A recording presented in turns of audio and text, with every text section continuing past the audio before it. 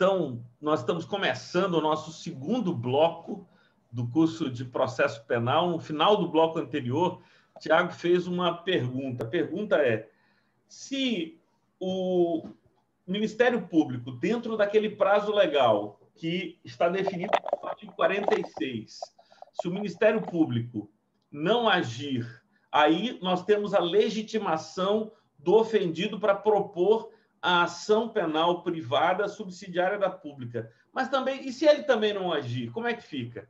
Então, é essa a pergunta de Tiago, ok? Não é essa a questão, Tiago? Então, vamos para o quadro branco, meu amigo. E essas coisas, eu tenho uma fé no quadro branco, não sei porquê, cara. Acho que a gente só entende legal se tiver aqui desenhado, velho. Então, vamos ver aqui. Vamos trabalhar aqui. Ok. Então, eu vou desenhar aqui, Tiago, o que eu vou chamar de a linha do tempo, ok? Então, imagine aqui que eu tenha uma linha do tempo aqui, uma linha do tempo. No momento em que o Ministério Público recebeu o inquérito, no momento que o Ministério Público recebeu o inquérito, passou a valer o tempo dele para a propositura da ação. Então, está aqui. Esse é o prazo do Ministério Público. Aí o Ministério Público não propôs a ação no prazo legal. Aí o que é que aconteceu? Olha que legal. Aqui começou a legitimidade do ofendido para a propositura da ação. Então, ele se tornou legítimo. Agora, vamos ver qual é o prazo. Então, vamos pensar aqui. Esse prazo aqui que o MP tem é o prazo de 5 dias se o réu estiver preso e de 15 dias se o réu estiver solto. Beleza? E esse prazo aqui, Martô? E esse prazo aqui do ofendido? É o prazo decadencial de 6 meses. Prazo decadencial de 6 meses. Então, esse prazo aqui é um prazo decadencial de 6 meses. Bora anotar? Então, vou colocar aqui. Prazo decadencial de 6 meses. Que começou a contar quando? Tiago, se liga aí. O prazo deveria começar a contar, geralmente, quando a gente está falando de decadência, em termos de ação penal privada, se liga agora, Tiago, o prazo começa a contar no dia que eu sei quem é o autor do fato. Mas aqui a gente tem que abrir uma exceção, porque no dia que a gente sabe quem é o autor do fato, o ofendido não poderia oferecer queixa-crime. Ele só pode oferecer queixa-crime depois que acabou o prazo do Ministério Público. Então, excepcionalmente, esse prazo vai começar a correr aqui, tá certo? E ele vai durar 6 meses. Durante 6 meses. Beleza. Se passar, Martô, esses 6 meses, se passar esses 6 meses, o Ministério Público pode voltar? Essa é a pergunta essencialmente de Tiago. A pergunta de Tiago é essa. Se a partir daqui o Ministério Público poderia propor a ação penal. Não é essa a questão? Se ele poderia. E a resposta é sim, Tiago, ele poderia. Mas a questão é mais complexa do que isso. Ele poderia, e aqui, ó, Tiago, não há um lapso de legitimidade do Ministério Público, não. Aqui também pode o Ministério Público propor a ação penal. Então, perceba. Agora, por favor, perceba a explicação. No prazo de 5 dias réu preso, 15 dias réu solto, a legitimidade é exclusiva do Ministério Público. A legitimidade é exclusiva do Ministério Público. No prazo de 6 meses, a legitimidade é concorrente. Tanto o Ministério Público pode propor, quanto o ofendido pode propor. Então, aqui perceba que tem os dois quadrados. o quadrado do ofendido e o quadrado do Ministério Público em vermelho. Depois de passar os 6 meses, há uma decadência do direito do ofendido de propor queixa-crime subsidiária da pública, mas permanece a legitimidade do Ministério Público para a propositura da ação penal. E essa legitimidade vai durar até quando, Marthô? Pode ser quando o Ministério Público quiser. Que avacalhação é essa? Não. Essa legitimidade permanecerá até a prescrição do crime. Até a prescrição do crime. Então, é claro que depois que o crime estiver prescrito, o Ministério Público não pode oferecer denúncia.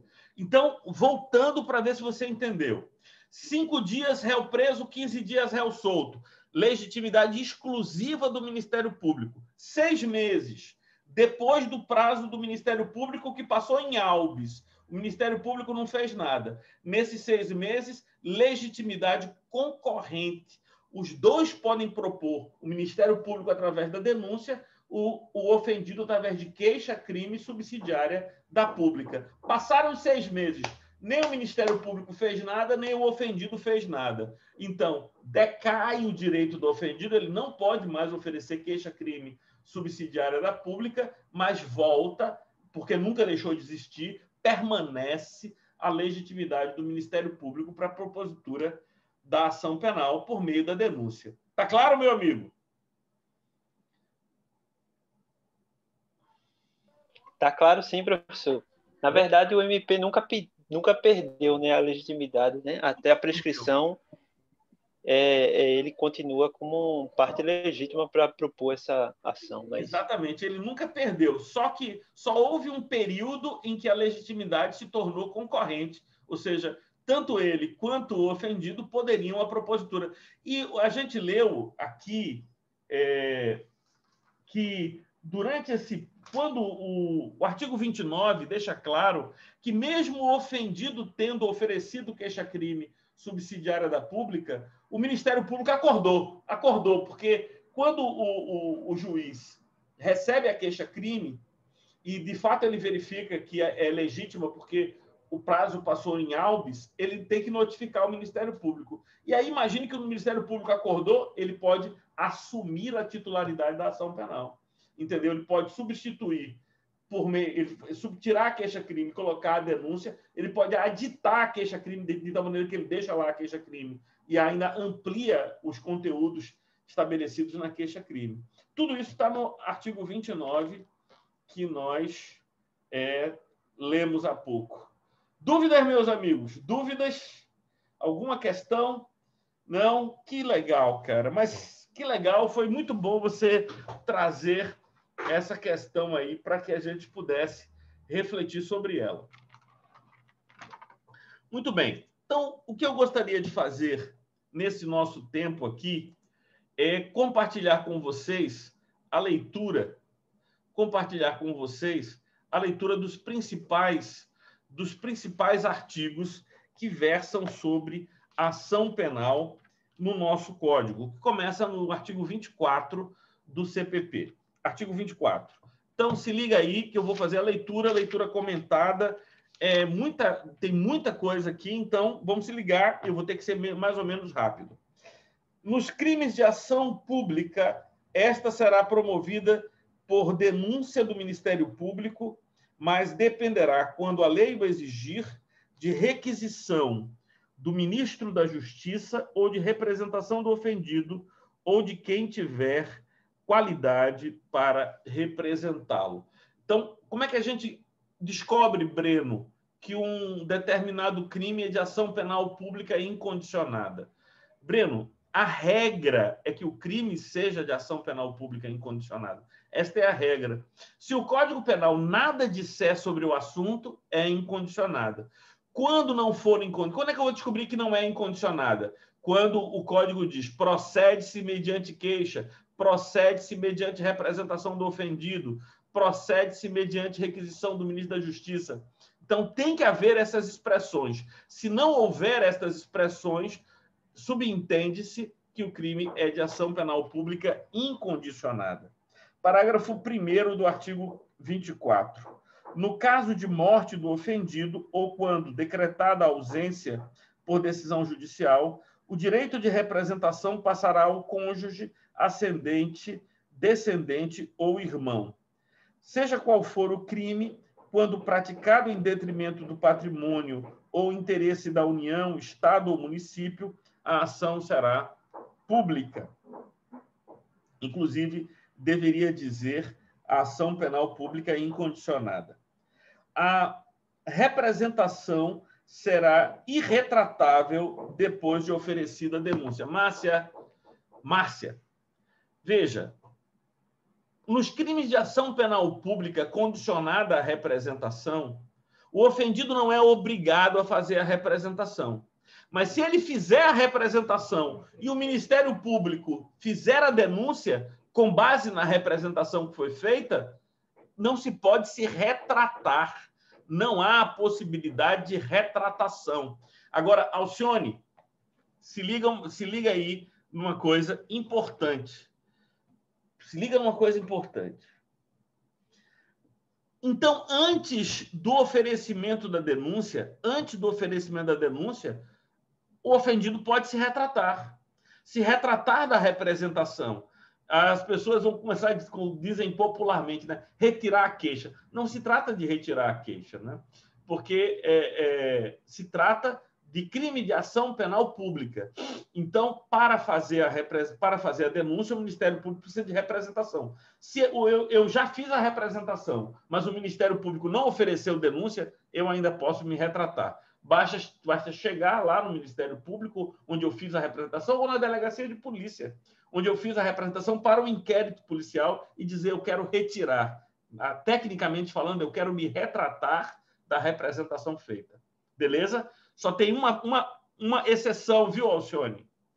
Uma exceção para anotar aí. Qual é a exceção? Crimes sobre os quais incidem a Lei Maria da Penha.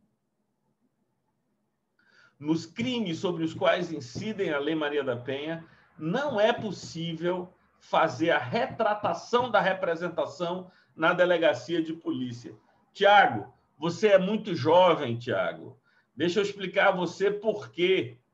Porque muitas vezes uma mulher era ameaçada pelo marido em casa, ia até a delegacia, fazia a representação. Quando o marido sabia que ela tinha ido na delegacia, ameaçava mais. Ameaçava os filhos, ameaçava... Entendeu? Aí o que ela fazia? Temerosa. Ela voltava à delegacia de polícia para retirar a representação. Então, por quê? Porque o delegado não poderia oferecer a ela nenhuma garantia, nenhuma proteção. Então, o que é que estabeleceu a Lei Maria da Penha? Estabeleceu que, para que haja a retratação da representação feita na delegacia, será necessário uma audiência perante o juiz da vara de violência doméstica. E o juiz, e é perante o juiz que ela vai fazer a retratação da representação feita na delegacia. Alcione, você entende por quê? Porque lá, perante o juiz, sabe o que ele pode dizer? Minha senhora, a senhora está sendo ameaçada? Quer que eu tire ele de dentro da casa da senhora? Quer que eu estabeleça uma medida protetiva de tal maneira que ele não possa se aproximar da senhora? Ou seja, o juiz tem recursos para proteger a vítima que o delegado não tinha. A única coisa, Breno, que um delegado pode fazer é levar a vítima até a sua casa para que ela retire em segurança o seu patrimônio. Ah, vai para onde? É para onde? Mas não é assim, cara. Não adianta ela tirar os seus pertences de dentro de casa e não vai ficar na delegacia. Então, o que é que deveria acontecer? O marido violento, ele que deveria sair. O delegado pode fazer isso? Eu já expliquei a vocês, Paula. Só há uma hipótese do delegado poder fazer isso, tirar o marido de dentro de casa. E aí, eu acho, Edileide, que a legislação deu, mas não entregou. Porque isso só vale para cidades que não sejam sede de comarca. Ora, o que é uma cidade que não é sede de comarca? É uma cidade tão pequena, Porque qual a cidade? Você pensa aqui na região metropolitana, todas elas são sede de comarca, entende? Então teria que ser uma cidade longínqua, ou seja, acaba a maioria dos casos não podendo o delegado de polícia fazer isso. Mas tudo bem. O que importa é que a gente entenda que até o oferecimento da denúncia, a representação pode ser retratada. Até o oferecimento da denúncia pode ser retratada. Mas, depois de oferecida a denúncia, não pode haver mais retratação. E nos casos em que incidem a Lei Maria da Penha, essa retratação exige audiência especialmente para esse fim. Beleza? Arthur, Pois não?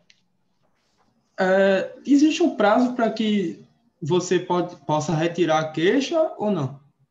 Bem, Tiago, não é bem queixa, né? É representação. Você pode. É a representação. Como você viu, o inquérito policial pode durar 30 dias ou mais. O prazo do inquérito policial é de 30 dias. Então, durante o inquérito policial, você poderia se retratar da representação. Depois que o Ministério Público recebeu o inquérito policial, ainda é possível se retratar da representação. Mas depois que o Ministério Público oferecer a denúncia, aí não dá mais. Aí não caberá mais a retratação. Então, nesse caso, desde a instauração do inquérito policial, que só pode ocorrer por causa da representação, até antes do oferecimento da denúncia, é possível a retratação. Depois disso, não é mais possível. O artigo 26, beleza, Tiago? O artigo 26 nós já lemos, né? Artigo 26. A ação penal nas contravenções será iniciada por auto de prisão em flagrante ou por meio de portaria. O artigo 26 é uma pegadinha aqui, viu? Não é mais assim e nem o texto diz. Porque contravenção penal obedece o procedimento sumaríssimo. Um procedimento sumaríssimo. Estudamos isso já, não foi, Márcia? Procedimento sumaríssimo. Então, no procedimento sumaríssimo, não há inquérito policial. O que há é termo circunstanciado de ocorrência. Breno, anota aí, em cima do artigo 26, a palavrinha TCO. TCO. Porque não é mais, não há flagrante delito, não há inquérito policial. Se é contravenção penal, é termo circunstanciado de ocorrência. E se o suspeito assinar o termo de compromisso de comparecimento judicial, ele não pode ser preso em flagrante delito. Entende? E ainda que fosse preso em flagrante delito, à luz do artigo 313 do Código de Processo Penal, o juiz, na audiência de custódia, não poderia converter o flagrante em prisão preventiva, ou seja, aquela prisão ia ser só constrangimento, né? Só constrangimento. Estamos acompanhando aí, pessoal? Então, não existe mais uma revogação. A Lei 9099/95 revogou o artigo 26. Porque agora é por termo circunstanciado de ocorrência e não cabe flagrante, desde que o suspeito assine o termo de compromisso de comparecimento da justiça. Artigo 27. Qualquer pessoa do povo poderá provocar a iniciativa do Ministério Público nos casos em que caiba ação pública, fornecendo-lhe por escrito informações sobre o fato e a autoria e indicando o tempo, o lugar e os elementos de convicção. Ora, qualquer pessoa poderia provocar, mas o Ministério Público só poderia agir nos crimes de ação penal pública incondicionada. Nos crimes de ação penal pública condicionada, o Ministério Público, ainda que informado, dependerá... Veja, o Ministério Público não é inerte, como o Poder Judiciário. Ele pode intimar a pessoa para perguntar a ela se ela quer representar. Então, estamos sabendo que houve o fato. Veja, o Ministério Público não é inerte. O que ele não pode é oferecer denúncia sem a representação, mas ele pode intimar e consultar a parte se ela deseja formalizar a representação. Estão acompanhando aí, pessoal? Tudo em paz? Posso seguir? Beleza. Olha a bronca aqui do artigo 28. Ordenado o arquivamento do inquérito policial ou de quaisquer elementos informativos da mesma natureza, o órgão do Ministério Público comunicará à vítima ao interrogado e à autoridade policial e encaminhará os autos para a instância de revisão ministerial para fins de homologação na forma da lei. Paula, essa aqui é a novidade do artigo 28, em que eu tinha dito a vocês que já não é mais o Ministério Público que pede ao juiz para arquivar o inquérito. Ele mesmo decide, mas o juiz das garantias e o procedimento de arquivamento do inquérito, eles estão suspensos pela decisão monocrática do ministro Luiz Fux. Então, a gente... Mas por quê? Porque isso exigiria mudança na estrutura do Ministério Público, né? Precisaria criar um órgão que não dava para criar em um mês. Porque a vacatio legis da Lei 13.964 era de 45 dias. Então, em 45 dias, teria que criar toda essa organização do Poder Judiciário que não daria tempo e tal, por isso ficou suspenso. Resta saber se vai acontecer ou não. Agora, o que é que não está suspenso? O que é que não está suspenso? O acordo de não persecução penal, artigo 28A. Isso aqui é importantíssimo. A gente já conversou sobre ele. Conversamos, Breno, sobre o acordo de não persecução penal. Vocês lembram ou não?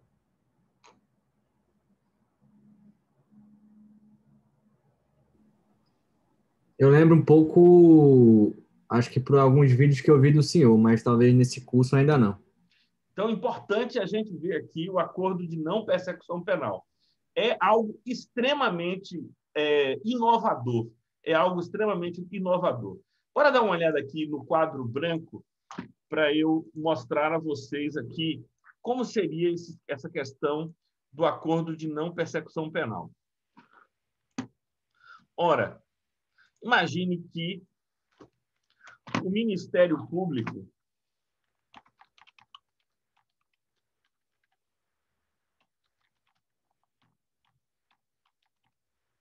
recebeu o inquérito policial. O Ministério Público recebeu o inquérito policial. E o que é que ele deveria fazer? Como a gente viu, ele vai oferecer denúncia, requisitar novas diligências ou pedir ainda, né? Pedir ao juiz o arquivamento. Mas agora surgiu uma quarta hipótese. Essa quarta hipótese foi trazida pelo pacote anticrimes. Então, qual seria essa quarta hipótese? O Ministério Público ele vai poder intimar, veja, intimar o indiciado para propor o acordo de não persecução penal. O acordo de não persecução penal, 28A, diz assim: não sendo o caso de arquivamento e tendo o investigado confessado formalmente e circunstancialmente a prática da infração sem violência ou grave ameaça, com pena mínima inferior a 4 anos, o Ministério Público poderá propor acordo de não persecução penal, desde que necessário e suficiente para reprovação e prevenção do crime, mediante as seguintes condições ajustadas cumulativamente e alternativamente. O acordo de não persecução penal. Pessoal, vamos se ligar aí, ó. O que é que acontece se eu fizer esse acordo de não persecução penal? Se eu fizer esse acordo de não persecução penal, opa! Olha que interessante, pessoal. Não haverá denúncia. Não haverá denúncia. E se não houver denúncia, qual é a consequência? Não tem ação penal. Não tem ação penal. Se não houver denúncia, não haverá ação penal. Por quê? Tiago, lembra? Denúncia, citação do réu para oferecer resposta à acusação, resposta à acusação, depois audiência. Tudo isso depende da denúncia. Se não tem denúncia, morreu. Então, isso aqui é interessantíssimo. Evita-se toda a ação penal, porque a ação penal ela teria início aqui, ó. Manteria o inquérito? Pessoal, o inquérito, ele é uma peça meramente informativa. Muito boa essa pergunta. O inquérito existe para formar a opinião delicti, a opinião do titular da ação penal. Então, se o inquérito perdeu completamente o seu significado, ninguém é prejudicado porque existe um inquérito contra a pessoa. Está compreendendo ou não? Uma pessoa não é prejudicada porque existe um inquérito. Uma pessoa é prejudicada porque essa pessoa é réu em um processo, ela é prejudicada porque foi condenada em um processo. Ninguém é prejudicado porque existe um inquérito. Agora, veja, a ação penal começa com o recebimento da denúncia. Com o recebimento da denúncia. Uma observação. Ou não? Que o inquérito policial ele serve para formar opinião do Ministério Público, mas pode ocorrer do delegado de polícia ter uma opinião dizendo que determinada investigação não é crime, e o promotor de justiça ele discorda da opinião do delegado e mesmo assim faz a denúncia.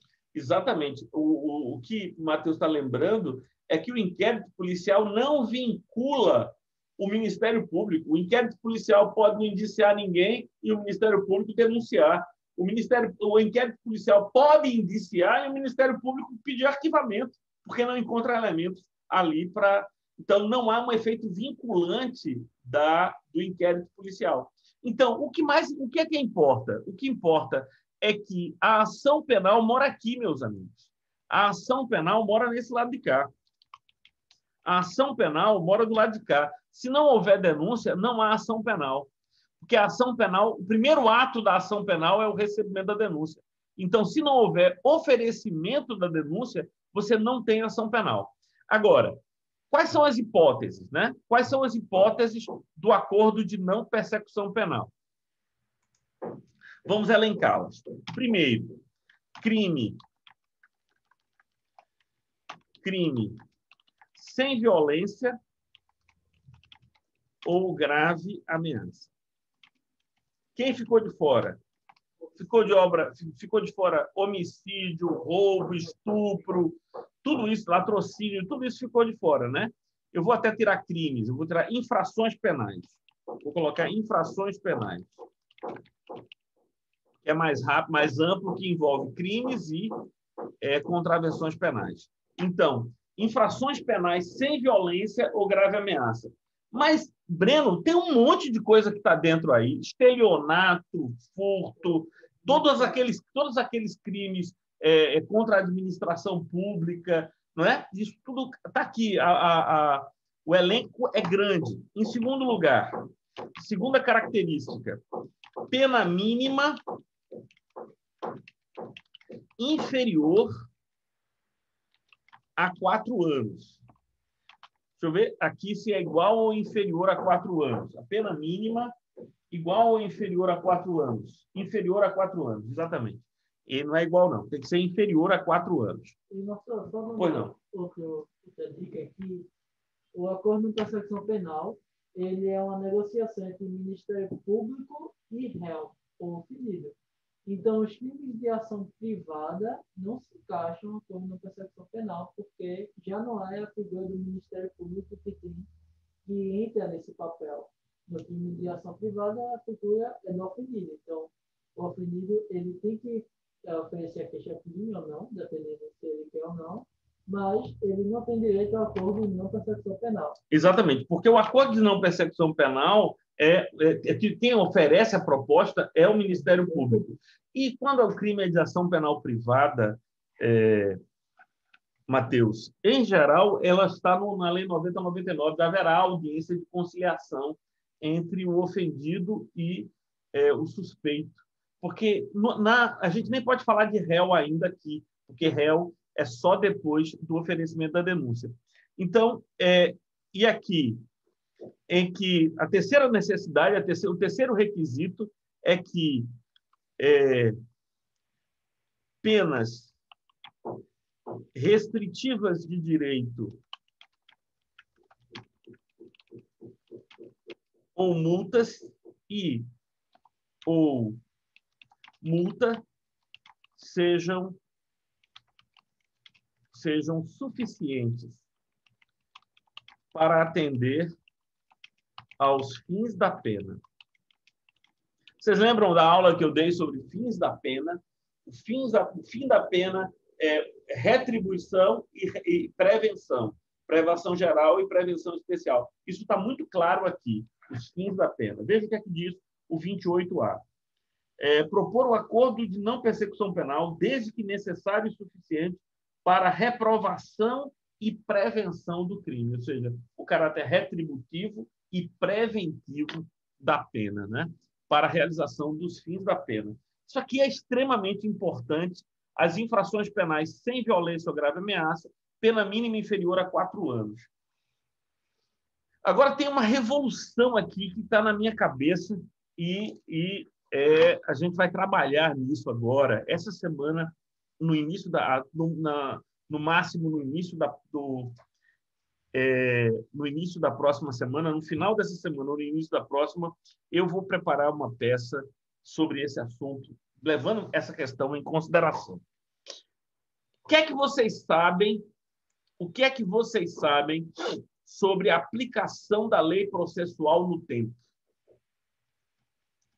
Aplicação da lei processual no tempo. Pergunto eu, a voz me ser. A lei processual retroage no tempo?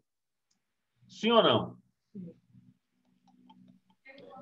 A lei benefício do réu. Ah, não. Hein? A processual, não, ela não retroage. Eu creio que não. Não retroage, meu amigo. Você está certíssimo. Agora, só faltou segurança aí. Só faltou aquela convicção, né? Faltou a convicção. Que eu confundi com a penal, né? Que a penal retroage em benefício, né? A processual não retroage. A lei processual penal não retroage no tempo. Então, a lei processual... Estudamos isso, hein, amigos? A lei processual penal não retroage no tempo. O que significa dizer o seguinte, que se a nova lei incidiu aqui, nesse momento, o que é que vai acontecer? Todos os processos e atos processuais daqui para frente serão regidos pela Lei A, tá certo? Pela Lei B, a nova lei. Vamos chamar de Lei B aqui. Então, você tem aqui a Lei B. A Lei B. E aqui você tinha uma Lei A. Ora, a pergunta é, a Lei B pode ser aplicada antes da entrada em vigor, sim ou não? E a resposta clássica é não. A lei processual penal não retroage, ela produz efeitos a partir da sua vigência, pegando os processos no momento em que eles se encontram. Ok? Tudo certo? Estamos bem? Pastor, Oi, deixa só tirar uma dúvida. A legislação, ela fala alguma coisa sobre o reincidente? Há no que se falar em reincidência em acordo de persecução penal, porque poderia, né, um criminoso habitual ficar se valendo desse benefício ad infinito, né? Não, de fato, Tiago, isso seria possível, mas é porque, nesse caso, o ponto 3 já mostrou que não bate, né? Ou seja, se ele já fez antes o acordo de não persecução penal e, em tese, naqueles 5 anos ele vai precisar de novo, é porque ela não foi suficiente. Então, aqui a gente vai utilizar o mesmo princípio do princípio lá da transação penal e da composição dos danos civis, para que, se o indivíduo precisou 2, 3 vezes, é porque não cumpriu o fim da pena, entendeu? Então, não é possível ficar se valendo disso o tempo todo. Agora, o que eu quero chamar a atenção de vocês... Alcione, preste atenção agora. Aí, o 28A, Matheus, se liga aí.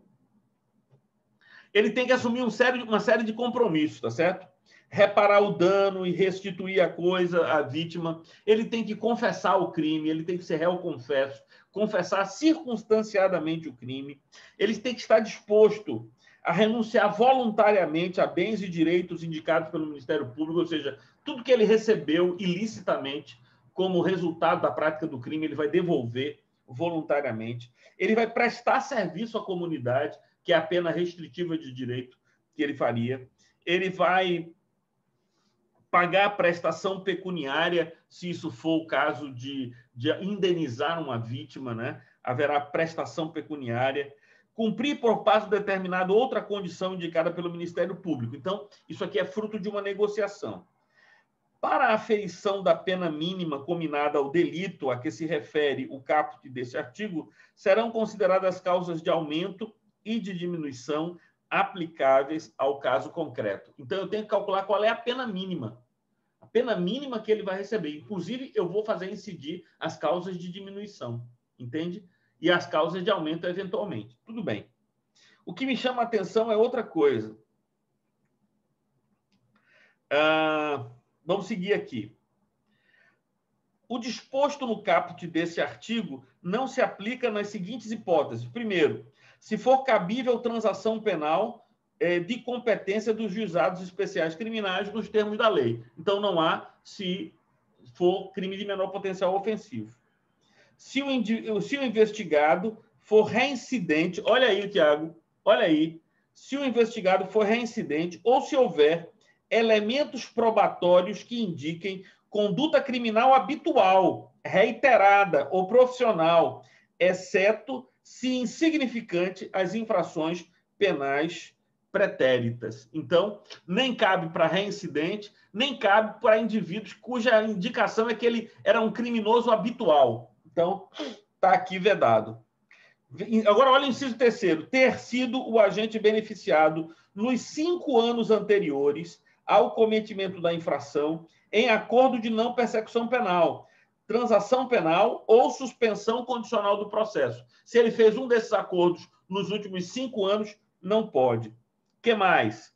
O acordo de não persecução penal será formalizado por escrito e será firmado pelo membro do Ministério Público e tal. Agora, o que eu queria chamar a atenção de vocês, é para um elemento que é interessantíssimo, cara. Parágrafo 13º, parágrafo 13. Breno, se liga na virada aqui.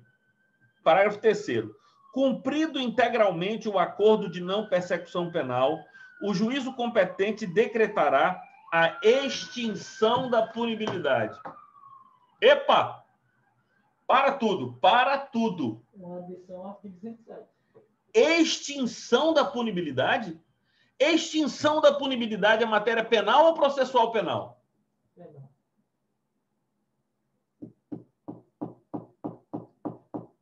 Opa, retada.